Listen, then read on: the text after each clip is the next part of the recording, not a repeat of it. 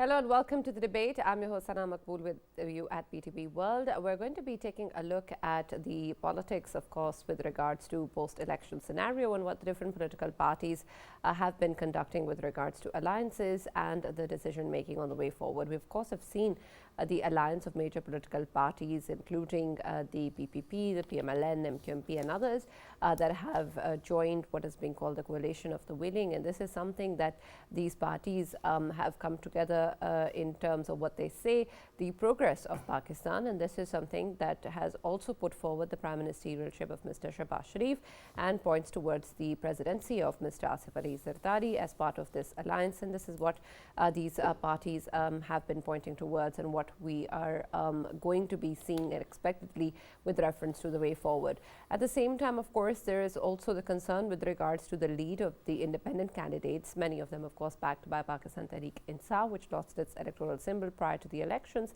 And so what will be the future course of actions with certain independent candidates, of course, opting for other political parties, with voting also currently underway. And this is something, of course, that is of concern and a question mark as to what will be the future decisions taken by the PTI within this regard. There are, of course, talks of alliances with MWM mainly that have been coming in, but we haven't really seen any substantial partnership on the way forward. There was also concerns with regard to forming alliances with JA that has then later been refuted by the leadership of that party.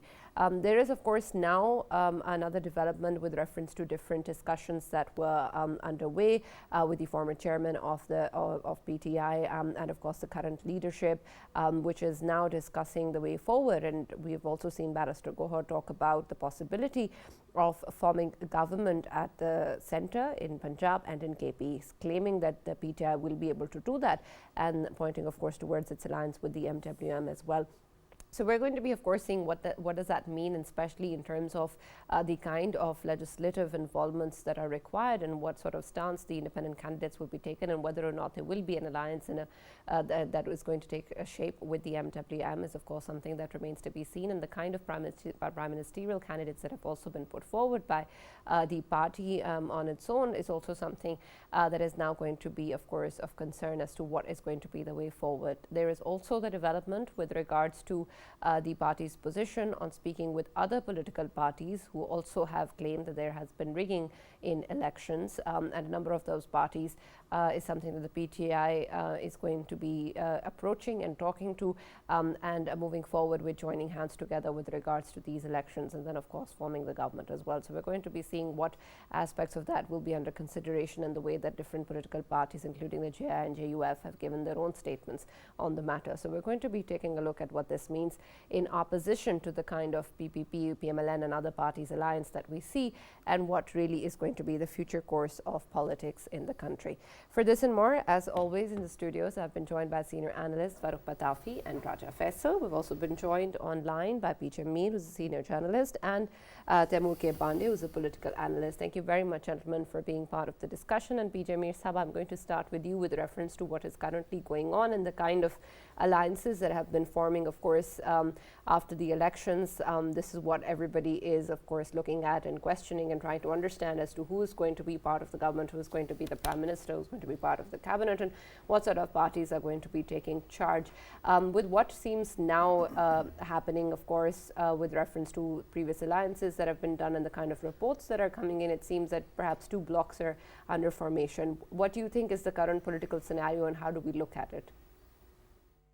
Well, the current political scenario is a little bit fragile because the amount of criticism we've received from the Western press was unprecedented.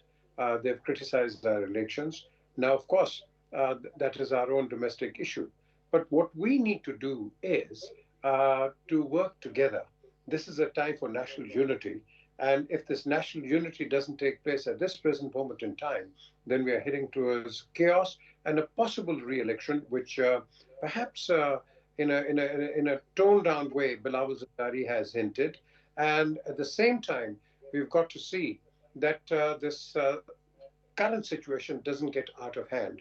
We are already in international debts. We are already, we're owing a lot of money, over 126 billion to the IMF. We also owe, we have the circular debt and all that. So what we need to do is perhaps, as what you just mentioned, PTI has opened a door, not as broadly as they should have, but at least they've started going in the right track by talking to people's the other participants apart from PML-N. So let's see what comes of it. Of course, they've nominated Omar Ayub as their prime minister, but that again remains to be seen how their little alliances, I'd say, comes out with some fruit. But at this present moment in time, to your main question, what is going on? Well, we've got to decide two things.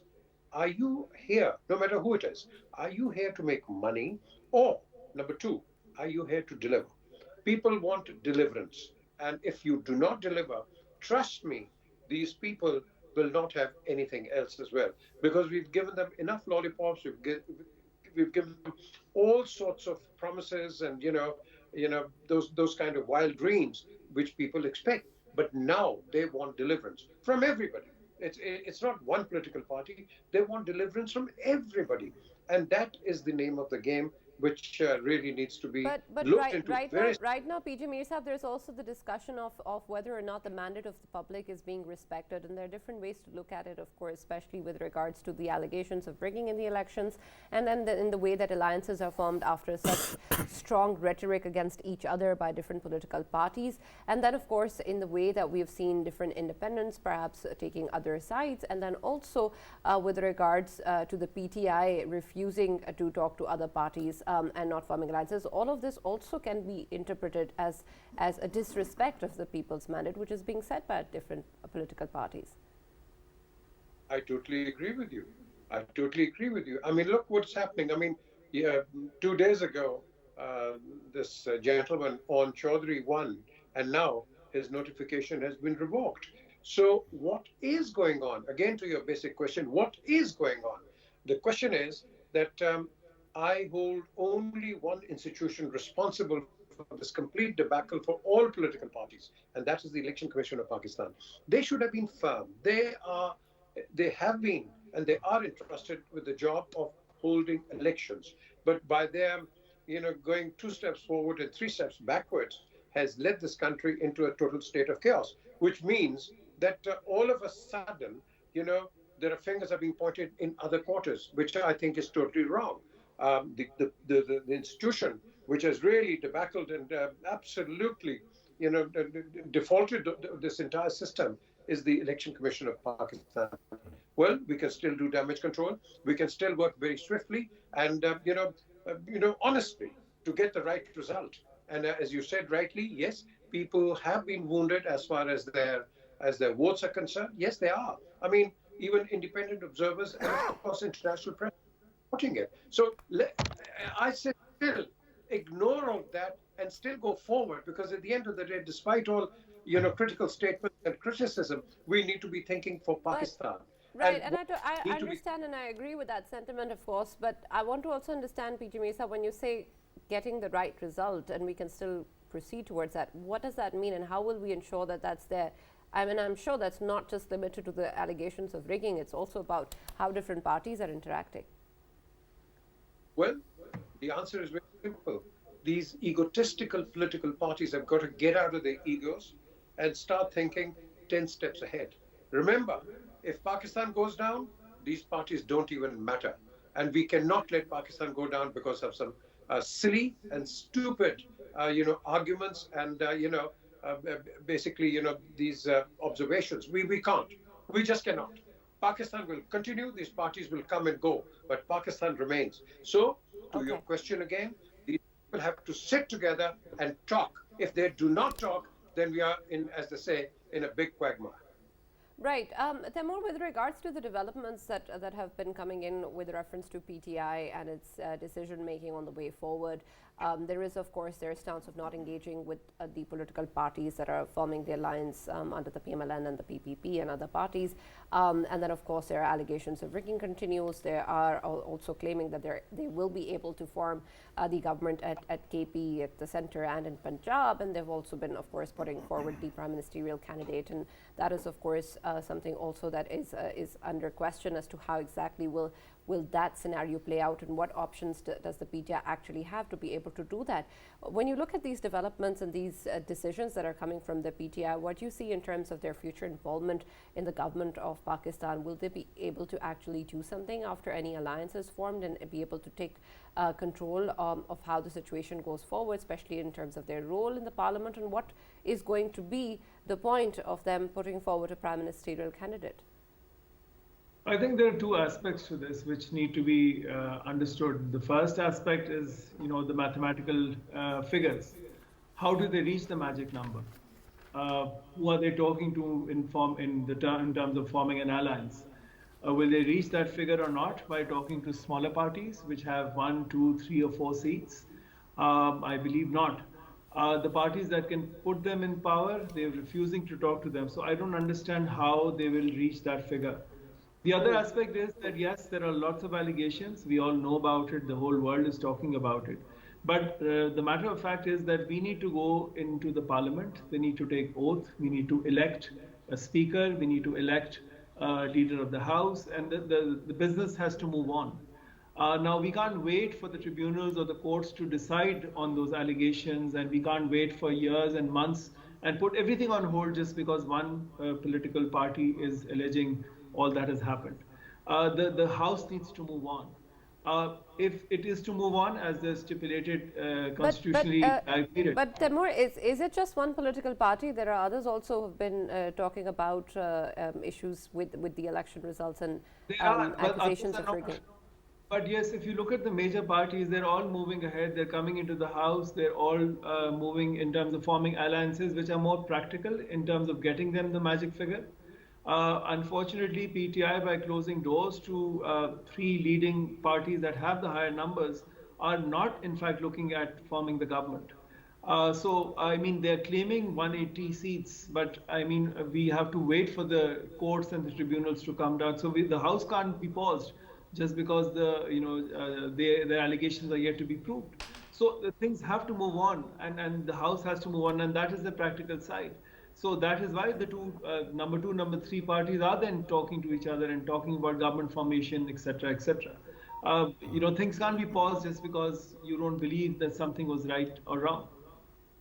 Yeah, Taimur Sahab, obviously if we talk about things should be moving on, of course, things should be moving on, and the way things are moving on in obviously, the interim setup, they can continue for now, and obviously till the decisions are made. Can we say that when we talk about a government getting formed, forming the government is like will of the people is actually eventually taking its course to form the government for in the larger interest of the people of Pakistan. But at the same time, as Sana has highlighted one pertinent point, and that was related to there are other parties as well. Here the situation is that even the other parties, they are coming up with the Form 45s claiming that we are not the winners, but the party that is actually claiming to win is actually the actual winner of that constituency, and here are our Form 45s that are actually considering them as a winner. So in this case, can we say that they are actually legitimizing the claims of one of the parties, the major independent party that is actually backed by PTI? Can we say that their claims are being legitimized by other parties, and it is a serious case, and these sort of cases should be dealt with rapidly so that the actual will of the people is on the Constitution Avenue and sits in the parliament and actually deals with the problems faced with, by the people of Pakistan? I would like to go back in history a little. And you can name elections that you can call free and fair. How many of the elections were considered free and fair? Every election had some party or the other or a group of parties claiming that they were rigged. Same is the case here. And yes, you have these isolated cases where 1 or 2 people have claimed that we are not the winners, so we'll give up our seats. That's perfectly fine. And I think it's a very good precedence that is coming forward as well. But again, going back to the question, what is the alternative? Can we afford to go back into elections? Can the economy sustain another election period? Can we linger on this insecure period, this insecure phase? there's a great opportunity cost to whatever is happening today. And that opportunity cost, as PJ Mir rightly pointed out, are the people of Pakistan. And by people of Pakistan, we mean all the programs that are stalled, all that could be done that is stalled. The money that is supposed to come into the country through IMF, etc., is all stalled. They're all waiting for the government to take over. Everybody around you in the neighborhood is looking forward to what is going to be the next step. So look at the stock market going up and down. So, things are stalled because of this situation. I understand the claims, and yes, we should probe them, and the mandate of the people should be there. I'm not challenging that at all. But look what happened last time. We had a deputy speaker who was there on a stay for 4 years. So can we hold the entire parliament in abeyance just because we want these results to come by? I think the government should take charge. We should move on with the whole process. And yet, in the other pipeline, we have these tribunals and these courts deciding for it. And if the majority is converted into a minority, so be it. The House needs to go for a vote of confidence and eventually perhaps for a no confidence vote. But at least the process goes on. We can't wait and just listen to all these claims and all these allegations and then not do anything. That's not an option at all.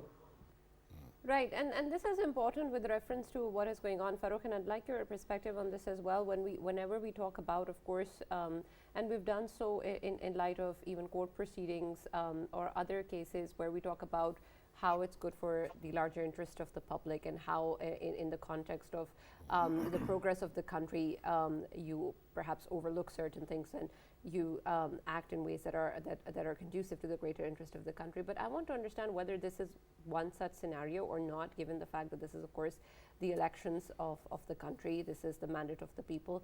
Should we be able to downplay these allegations of rigging for the sake of the larger interest of the country and just move on and talk about how we need to progress and align with each other and how different political parties seem to also be claiming?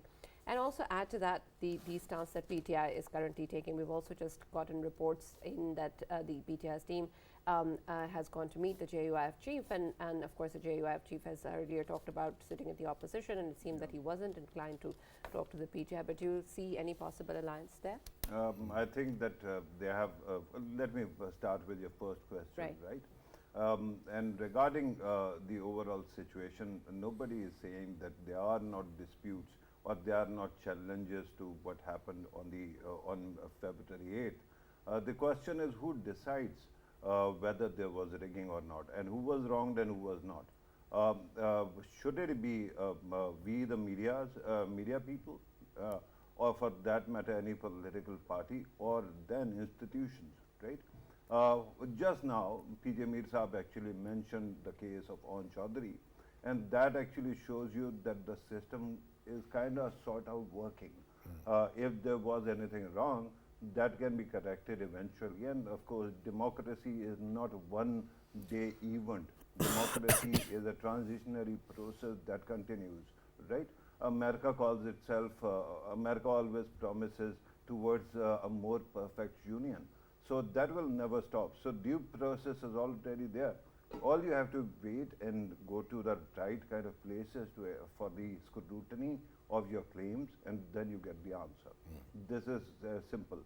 If you are going to actually, hold, a barrel of gun, particularly if you say that we are going to on Saturday come out and we can do 10 more May 9th, then of course you have every right to choose your own poison, but it is not going to work for you, right? Now, regarding PTI also, because amazingly, there's something that PTI kept on promoting when it was in power, and they kept on calling it spiritual sciences, spiritual democracy, and whatever that means, but also Sufi Islam. So I'm going to actually suggest that they take one leaf out of their own book, and that is follow Tazkiyah and Nafs, which loosely translates into abnegation, some kind of control over your impulses. Usually, PTI has shown that its impulses are always wrong. They were pushed out of power, but after that they gradually and constantly kept on actually dragging themselves down. And nobody asked them to dissolve the assembly or resign from the parliament, but they did so. Nobody asked them to actually carry out, those long marches for the in order to block the nomination of army chief, but they did it. Nobody asked them to actually go for May 9th, but they did it. So with that kind of a situation, if they want to keep on relying on those instincts, I think that they have good allies. They should better actually listen to nobody else, right?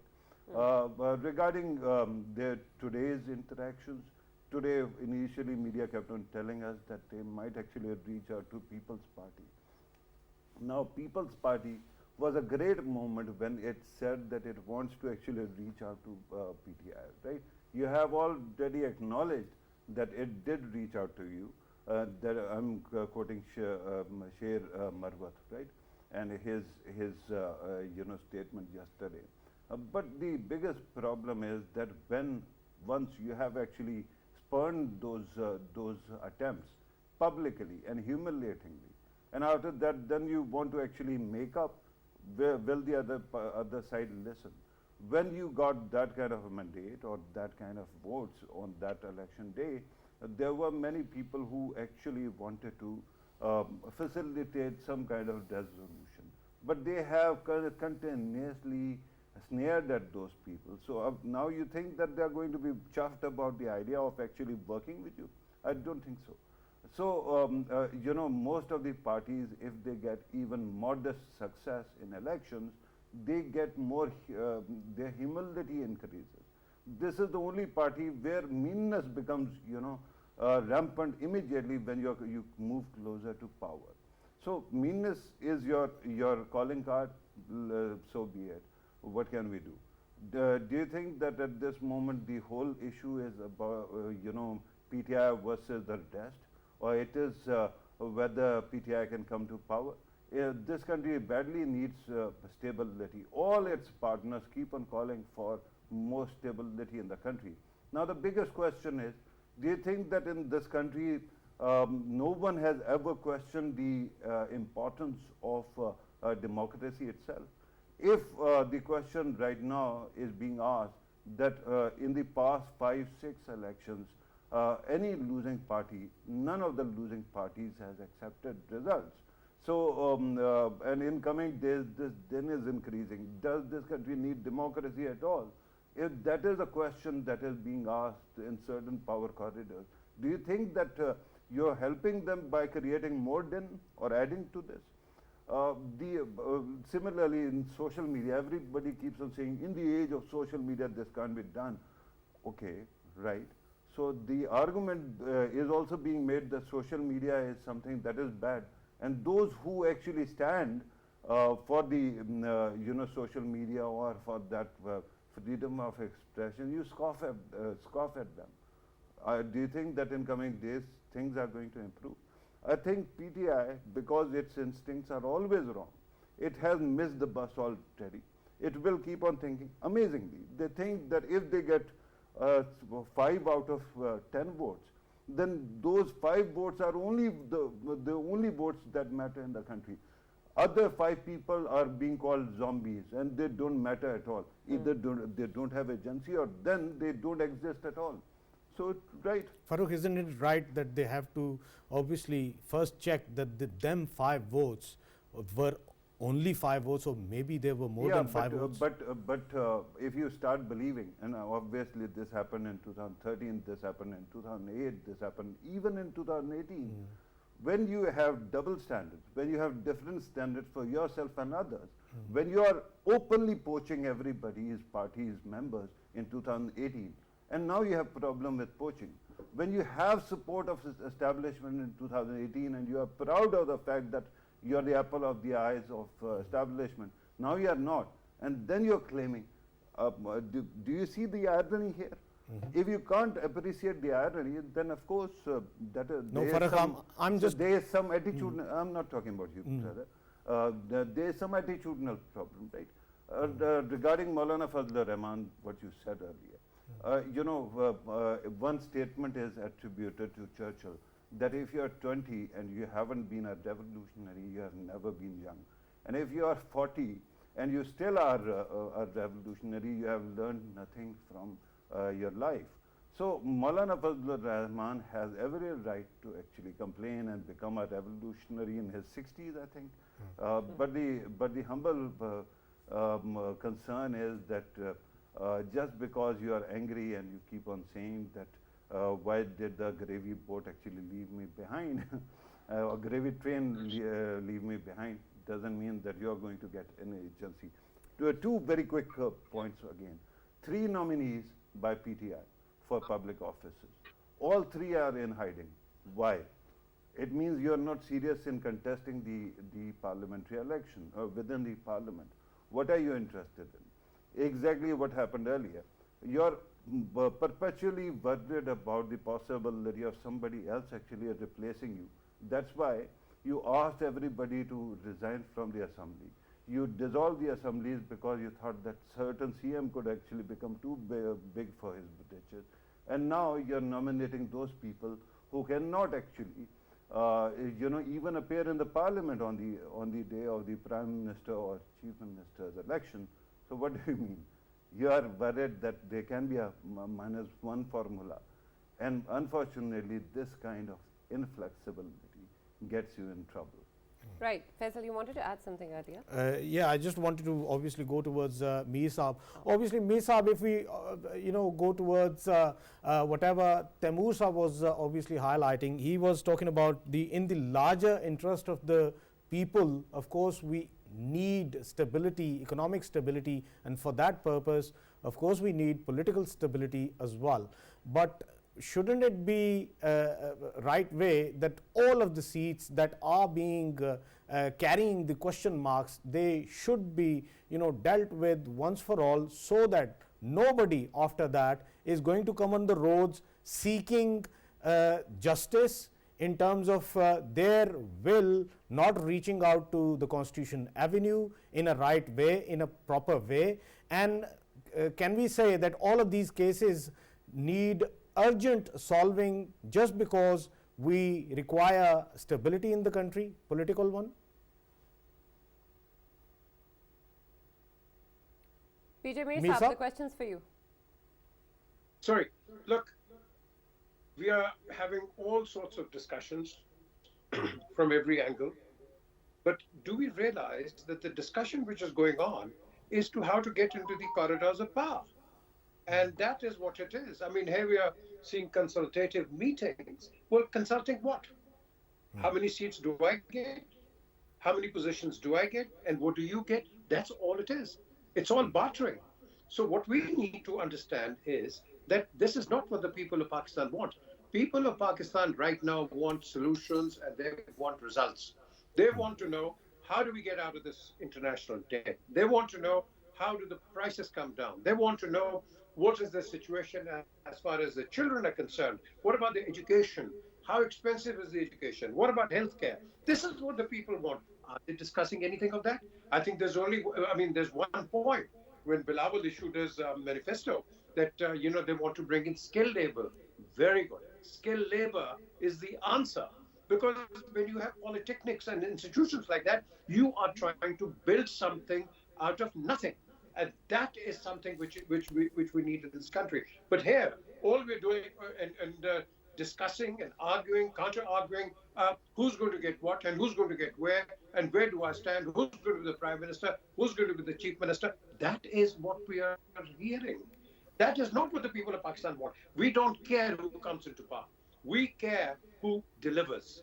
That is what the key question is. Deliver, and how quickly as possible. Because if you don't deliver quickly, no matter who it is, we are going to get into a serious turmoil. Right now, as I said earlier on, we are in a lot of, a quandary, and this we've got to get out of it.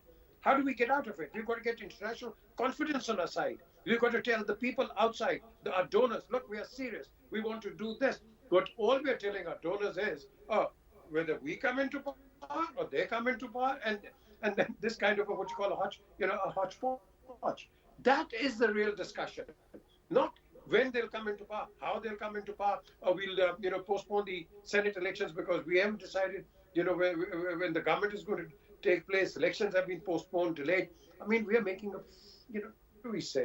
fool of ourselves, and that is something we need to be, working on it.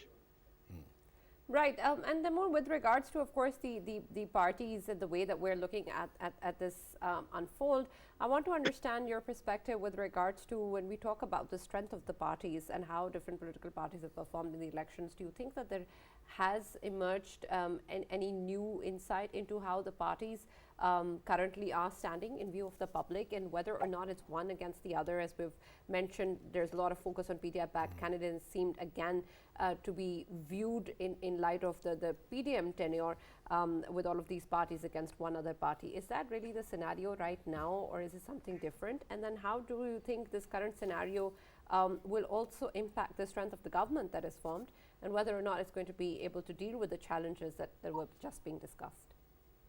I think that's a very pertinent question that you've raised. I mean, if you look at the entire election result, I think perhaps all of them misread it. Those who were extremely successful, those who were not successful at all, those who thought they would be successful. And I'm not talking about the voter turnout in this case. I'm talking about the mandate in the direction it has gone. Now, if you go back to the election campaign zone, I mean, the months of January and December, you had the Pakistan People's Party aggressively campaigning across the country, going to all four corners and, canvassing out there. And what were they talking about? They were talking about whatever they had done in Sindh, or whatever their manifesto was all about, although their manifesto also came in late, but they had these 10 broad points that they wanted to harp upon. And they felt that they could connect with the youth, they could connect over there. I think this election result has shown us that Pakistan has changed.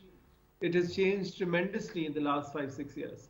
2018 elections and 2024, there is a remarkable difference over here. The voting patterns and the way in which election was held, and the way campaign was being done this year, was extremely different. The use of technology, which is brilliantly, exhibited not just by PTI, but to some extent by smaller parties. I saw some amazing innovations in various constituencies that came about.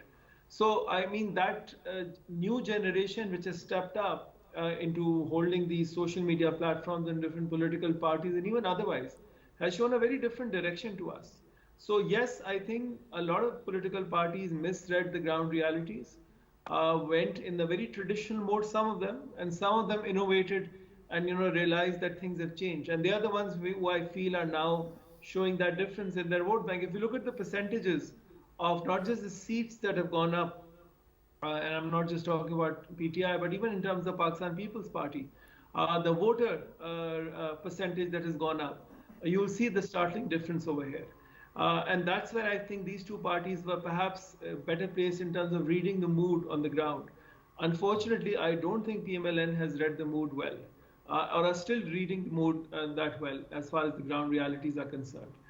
Some of the decisions, it seems that it were made in the 1990s that are still hanging on. So I think innovation in that sense has not evolved. Now, even if you look at the smaller parties that were not that large earlier on as well, even there I felt not much out of the box thinking was happening. So there was a divorce from, I feel, what the reality was. And if we go back into elections, say in a year's time or in 1.5, 2 years' time, whatever the case may be, I hope and I feel that parties will wake up to this new Pakistan that is actually shown to us brilliantly in this last election that happened 2 weeks ago. I think the numbers that you see out there, we can challenge them, and they will be challenged in courts and tribunals, and I hope they are, and the real mandate actually comes forward. But they actually represent what has been happening. In some cases, you may allege that the numbers are inflated, and I will perhaps agree to a large extent. But I think in many other aspects, those numbers are showing us a lot more that has happened. Like I said, the increase in the vote bank and the increase in the seats show us that there's a reason behind what has happened. In certain areas, we hardly had many parties campaign in the first place. You just had one political party that was leading the campaign out there. I felt PTI was not given a fair level playing field, as we call it, to campaign openly and to go out there and take their message. But through social media and through other platforms, they did it brilliantly. So I think this has been a very different election from many aspects, not just for the fact that it is highly contested from most, or if not all, political parties, I think it showed a very different mood and a very different kind of electorate that we now have in Pakistan. Right. And Farrukh, of course, Taimur is saying these elections were different, but I want to know whether you agree with that statement or not. Essentially, were these elections any different from what we've seen before? Right. First of all, I respect the opinion expressed by all the participants, and I think that they have their right to their opinion. It reminds me of an interview that was about one very smart guy who was asked to step out of the interview room. And when he came back, he was asked what has changed in the room. And he said that after thinking for a while, he said that only the clock has moved, right? Of course, there are forces of change that always keep on acting on every society, every country. But those forces are not essentially changing or empowering people. They are adding to chaos, right? And that will continue. I think that in coming days also, one aspect of social media and one brilliant argument that I heard recently, even though I opposed it, but the argument was that you shouldn't actually blurt out anything that comes to your mind. Unfortunately, your television channels are also like social media. Anybody who's pampered can, especially the TV anchors, they can blurt out anything and they can get away with it, right? But honestly, while there are many forces at play, but don't think for a second that they essentially are making or remaking the country into one aspect or in one shape. It is a amorphous change, and change continues to happen. Social media is going to be replaced by AI. AI will be replaced by God knows what, superhumans perhaps. But with that kind of a situation, what we are actually looking at is more disruption rather than more construction. That our good friend PJ Mir Sahab was saying. Having said that, I wanted to actually go back to what you asked earlier, the possibility of an alliance between Maulana Fazlur Rahman and PTI. If you have noticed, PTI has rejected all those parties that are part of the system. And they have actually stated that they are going to go and connect with all those parties which are protesting. Now there are two shapes. One is religious political parties, may it be JI, may it be JUIF. Of course, they have some compatibility there. But then they say that they are going to reach out to regional parties as well. Perhaps they will find some support in GD. But if you think that Balochistan's subnationalists, or for that matter, Khyber Pakhtunkhwa's subnationalists are going to support their cause, and given that they have been complaining about PTI's rise as the main reason why they have been actually facing a lot of trouble, then that becomes a very different thing. That is not going to happen. I think that this potential alliance that you were asking about, it is only be a disruptive one, right? Because PTI still thinks that it can best the system. My humble submission from day one was, when you have tried to reshape or remold the system and it did not work, then what happens? Now that you have a little bit of weaker hand, you try to survive the system. Unfortunately, they don't understand what survival means. They only are believing in the fight mode. So every time when you are in quicksand, you're asked to stop moving, because otherwise, if you keep on moving, you keep on sinking downwards, right? If you stop, then buoyancy actually brings you up. So that was the only thing that PTI needed. My humble submission is, again and again, never again put the people who have any vestige of sympathy for you on spot, and never ever humiliate them because you think that you're made and other people's are not. Right. Faisal, when we take a look at this scenario then and the way that the PML-N, PPP and other parties' alliances forming, do you think that they have any cause of concern or worry with regards to how the PTI is moving forward and how it's talking to other political parties? Will we see any sort of tough competition?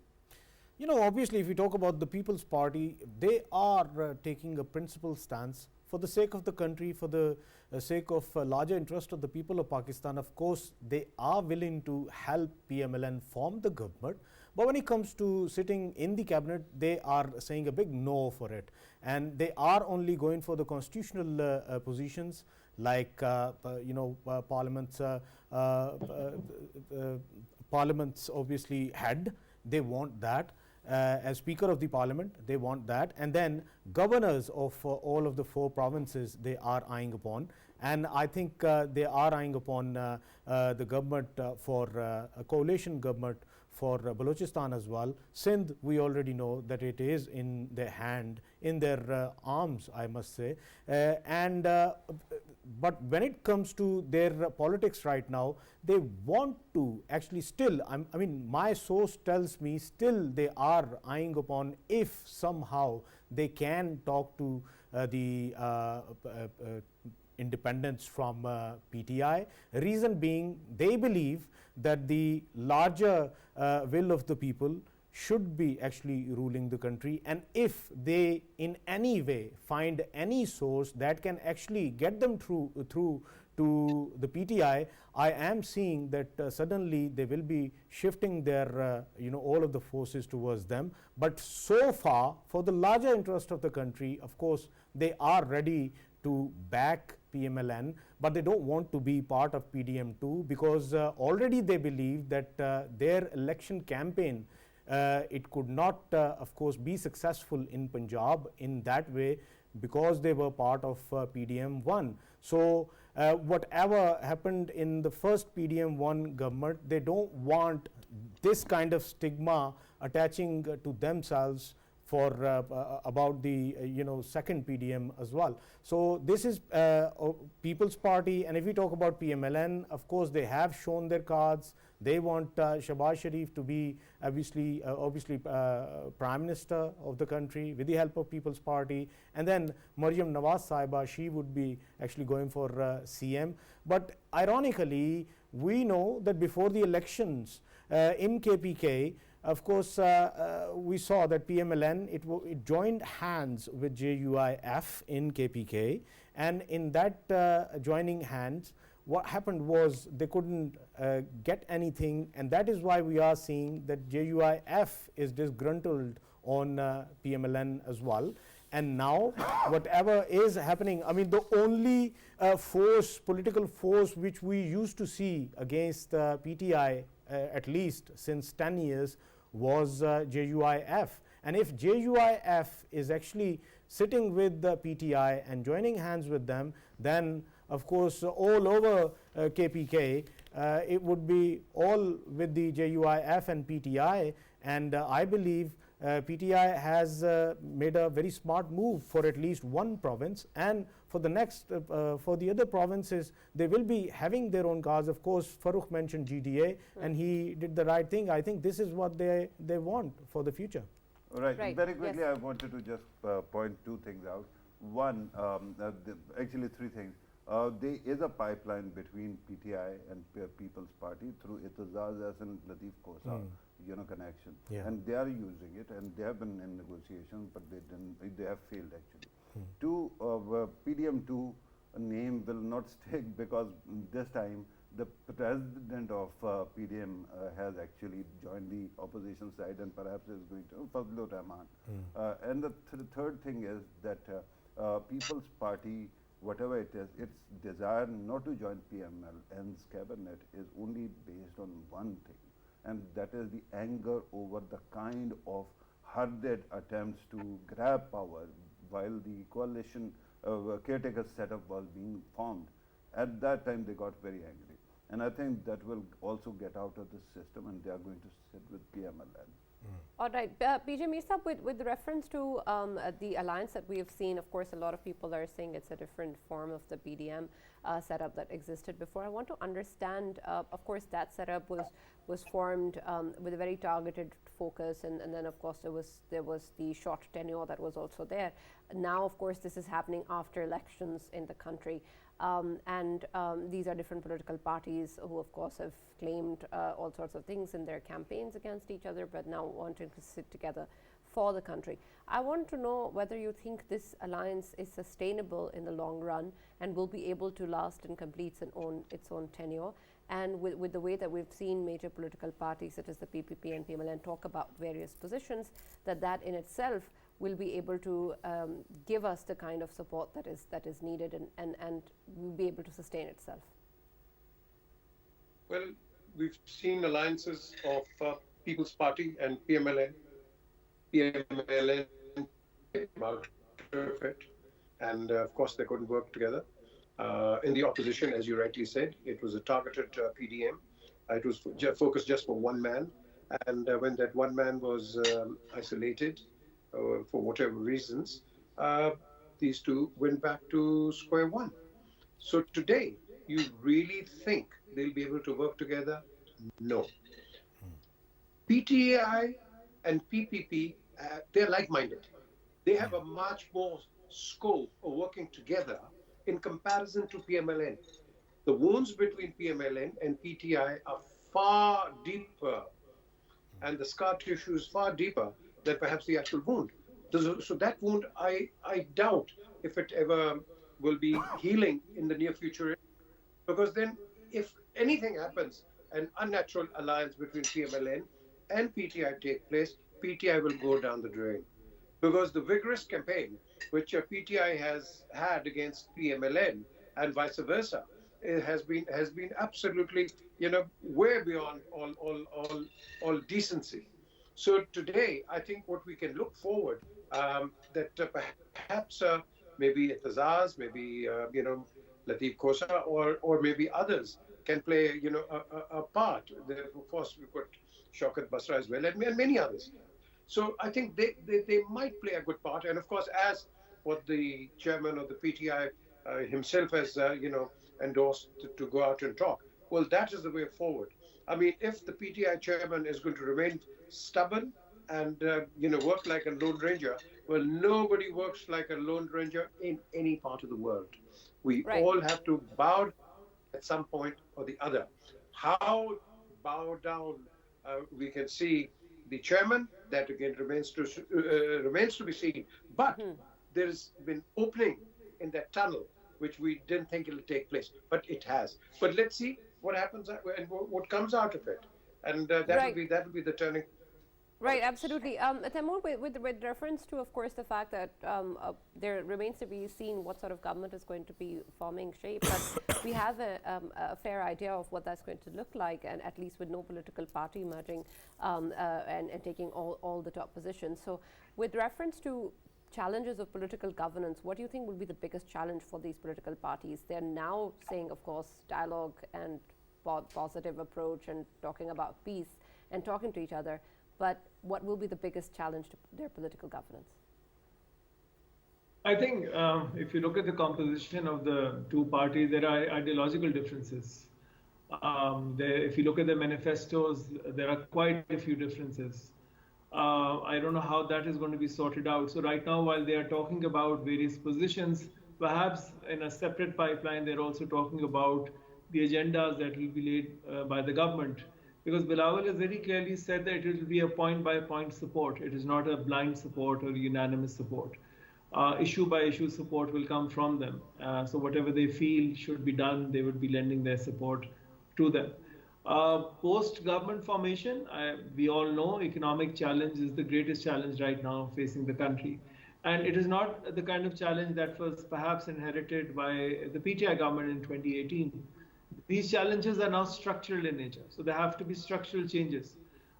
We are not just going to IMF for more money this time. We have to redesign the entire infrastructure of the country, and those will entail a lot of hard decisions. Some of them, again, were mentioned in the People's Party manifesto when Bilawal clearly talked about removing subsidies for the rich. That was the core demand earlier on as well, and if you remember, at the last minute it was halted when a certain movement in that direction is taking place. Public-private partnership is what People's Party has been advocating and something they've been experimenting and saying with. But here we know that privatization is the ball game which is perhaps going to be played by people. So I mean, on those fronts there are huge differences. But economic agenda, of course, is going. All right, absolutely. Thank you very much, What would be Taimur the Sahib, for priority? joining Everybody us. was talking about ideological compatibility. Do you know which two parties are ideologically compatible? PML-N and PTI. Both are right of the center parties. Ideologically, People's Party is left of the center party. Right. Thank you very much, Taimur, and thank you very much, PJ Mir Sahib. Thank you, Farrukh, and thank you, Faisal, for joining us. And that's all that we have time for today. We're now going to see you tomorrow.